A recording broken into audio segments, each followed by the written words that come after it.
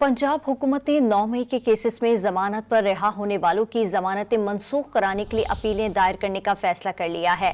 पंजाब हुकूमत ने 9 मई के केसेस में जमानत पर रिहा होने वालों की जमानतें मनसूख कराने के लिए अपीलें दायर करने का फैसला कर लिया है। जमानत पर रिहा अफराद की जमानतों की मनसूखी की अपीलें दायर की जाएंगी। 9 मई के केसेस में जमानत पाने वालों की जमानतें मनसूख कराने की तैयारी की जा रही है। पंजाब हुकूमत ने 9 मई के केसेस में जमानत पर रिहा होने वालों की जमानतें मनसूख कराने के लिए अपीलें दायर करने का फैसला कर लिया है। अपडेट कर रहे हैं इस हवाले से कि 9 मई के केसेस में जमानत पाने वालों की जमानतें मनसूख कराने की तैयारी, जमानत पर रिहा अफराद की जमानतों की मनसूखी की अपीलें दायर की जाएंगी।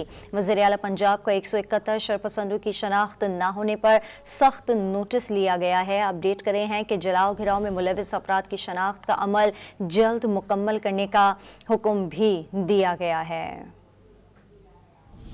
मज़ीद तफसीलात जानते हैं डॉन न्यूज़ के नुमाइंदे मियां शोएब से। मियां शोएब, मज़ीद क्या तफसीलात सामने आ रही हैं, बताइएगा। जी मियां शोएब, अपडेट कीजिएगा।